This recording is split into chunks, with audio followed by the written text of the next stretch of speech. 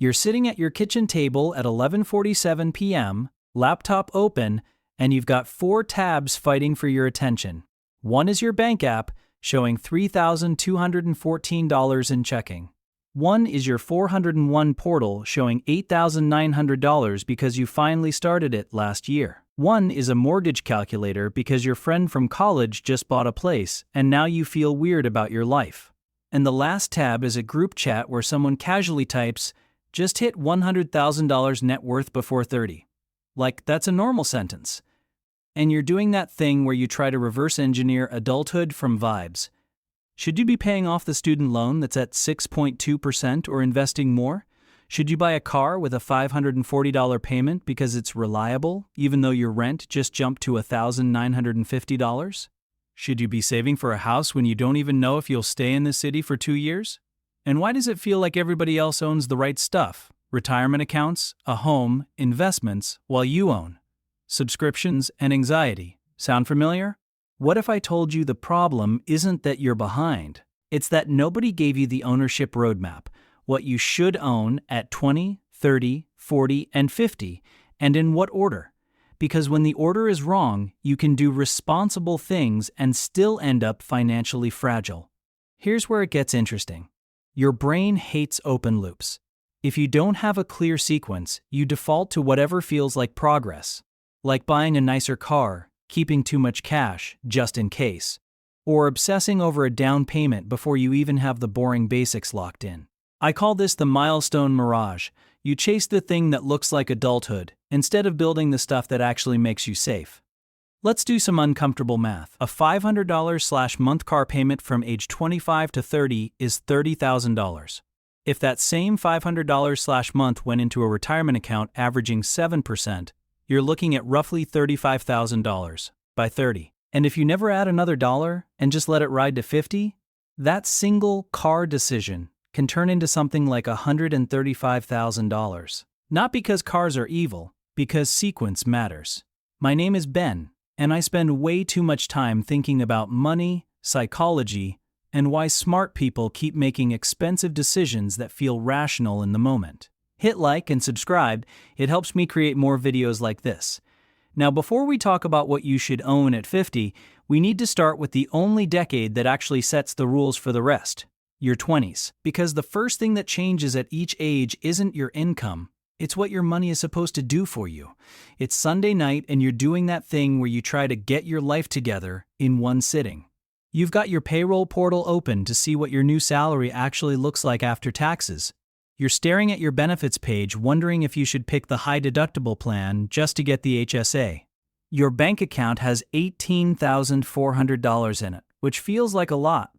Until you remember your rent is $2,350, your student loan is $420, and your car insurance just jumped for no reason. Then you check your retirement account and it hits you. You've been contributing for 3 years, and it's only at $9,600 because you kept stopping and starting. Meanwhile, your friend is posting keys to a condo, your cousin is talking about maxing everything, and your boss casually mentions he refinanced his mortgage like it's changing a phone plan. You're sitting there thinking, okay, what am I supposed to own right now? A house? Index funds? A business? Just more cash? And here's the part nobody says out loud.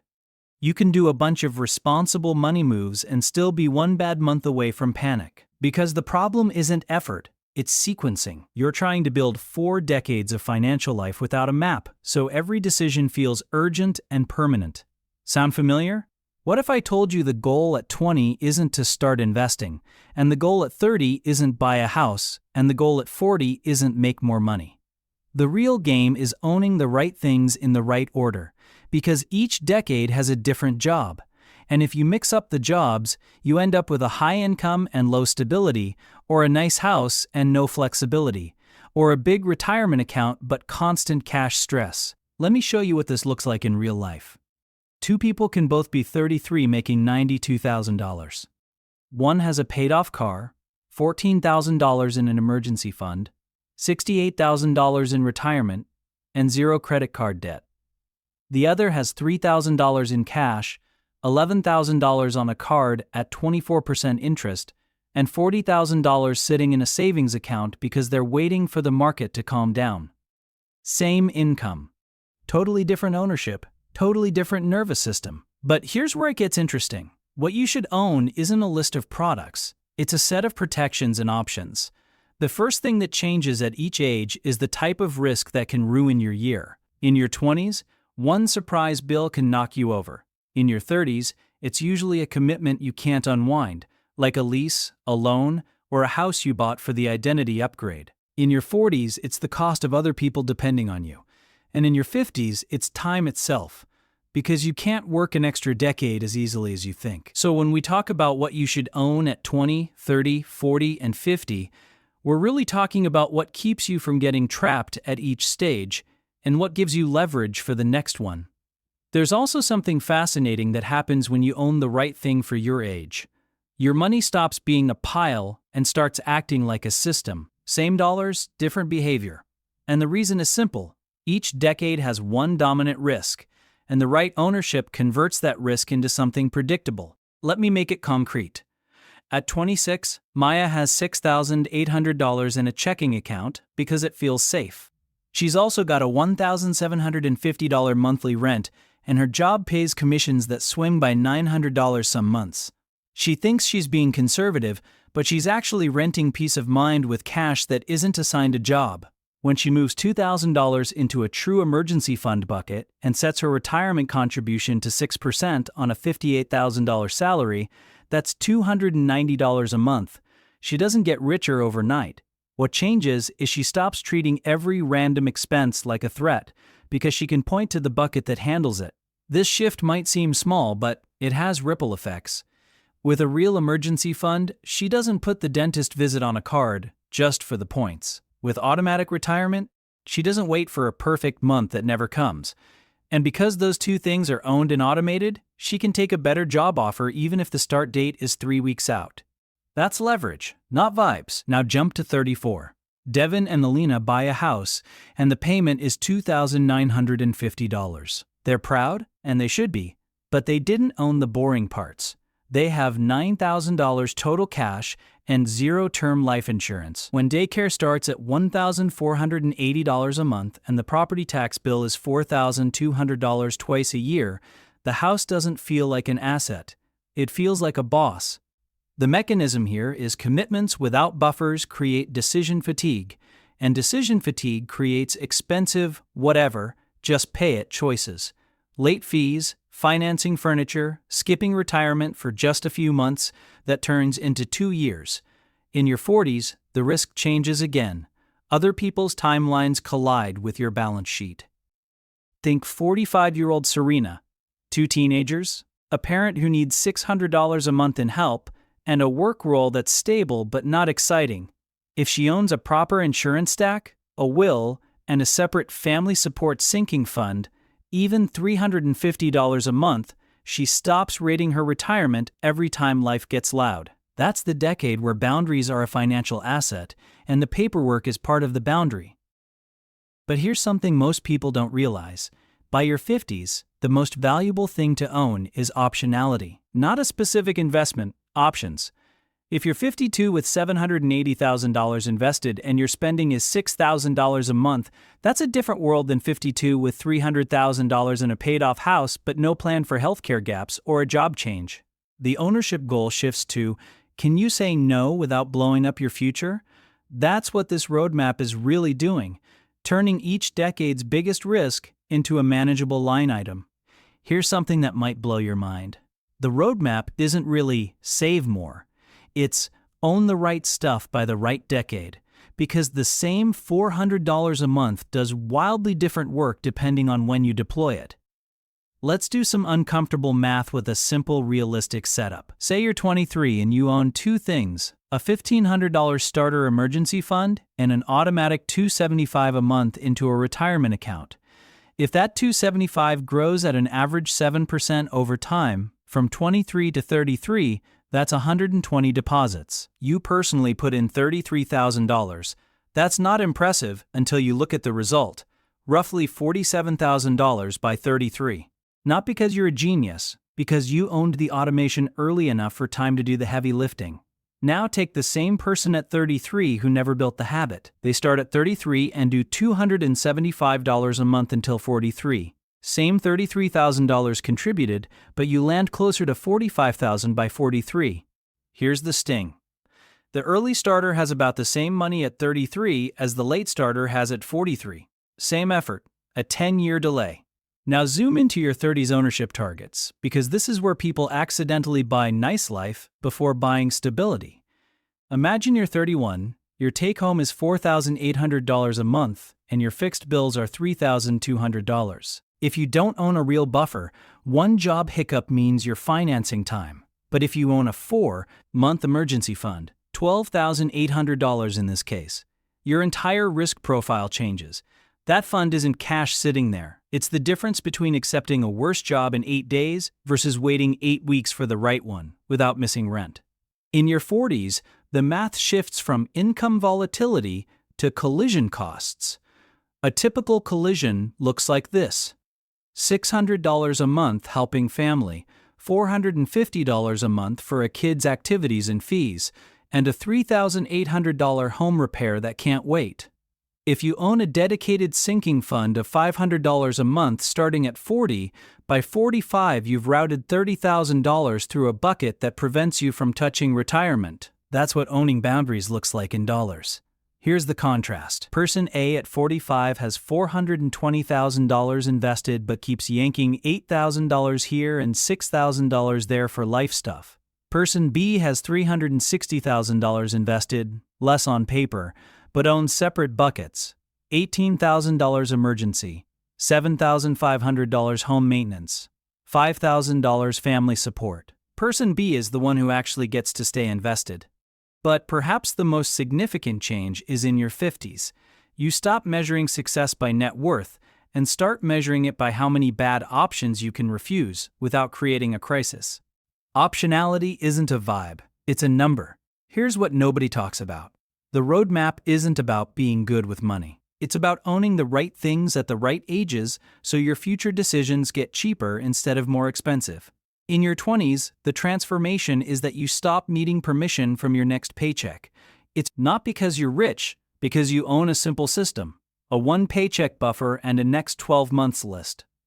So when your friends plan a $1,200 group trip 3 months out, you're not doing mental gymnastics. You look at your list, you already have a travel category at $150 a month, and you can say yes or no without borrowing from rent. That's what owning your 20s looks like. Fewer surprise trade-offs. In your 30s, you stop buying monthly payments and start buying rates. You own a clean credit profile, a down payment plan, and the habit of protecting your savings rate when income jumps. Here's a real shift.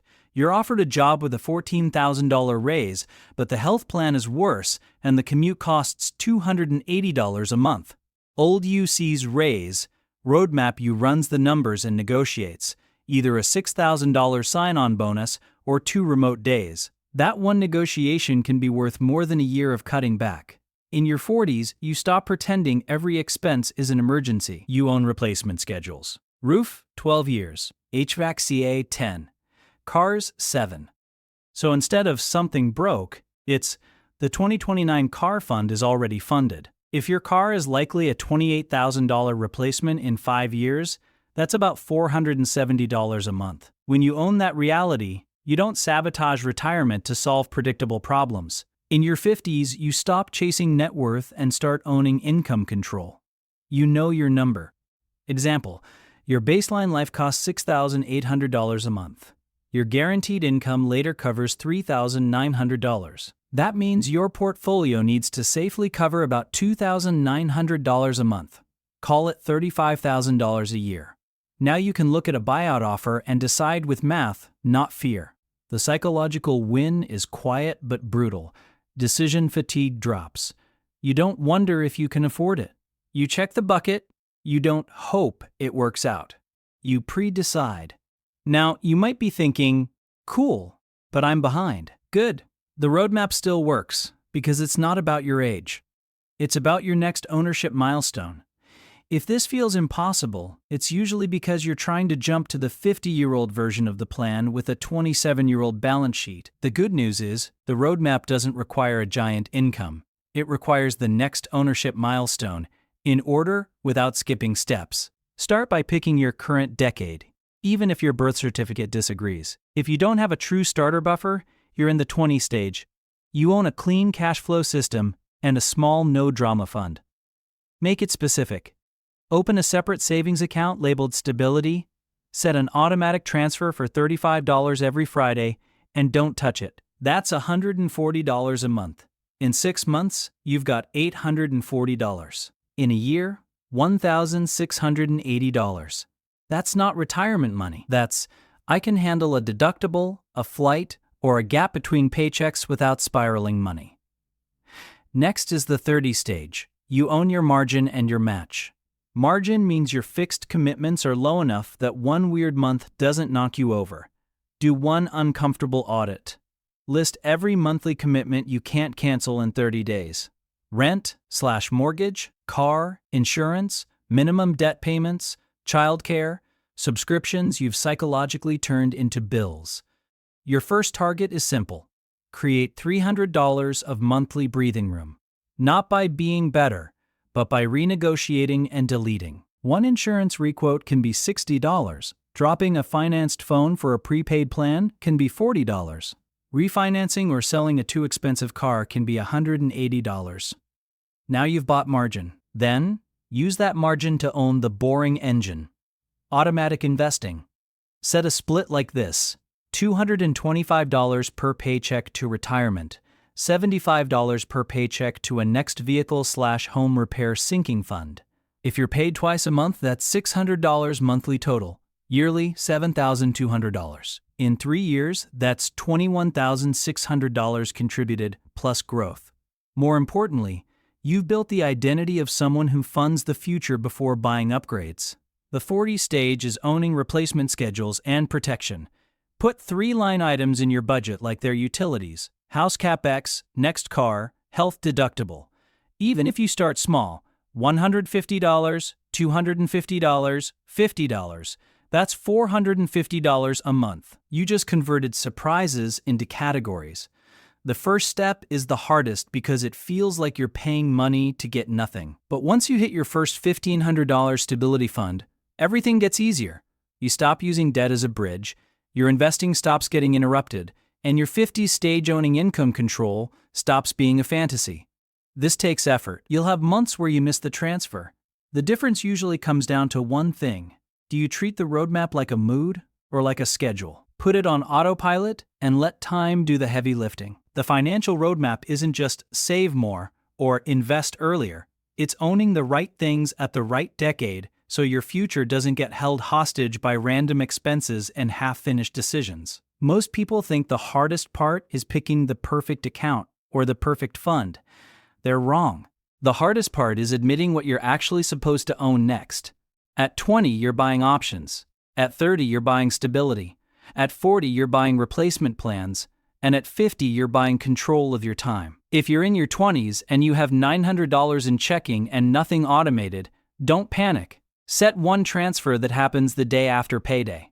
Make it small enough to survive a bad month, like $120 per paycheck, and lock it in. If you're in your 30s and your life is expanding faster than your systems, pick one bill you can pre-fund: childcare copays, a move fund, a down payment, and give it a monthly number like $350 so it stops being a vague dream. If you're in your 40s and the house, teeth, and cars are all aging at the same time, write a simple replacement schedule and fund it like rent. If you're in your 50s, calculate your freedom number. If your basics are $5,500 a month, you're aiming for income that can reliably cover that without you grinding. Own the decade you're in, and the next decade gets cheaper. Subscribe for more videos like this.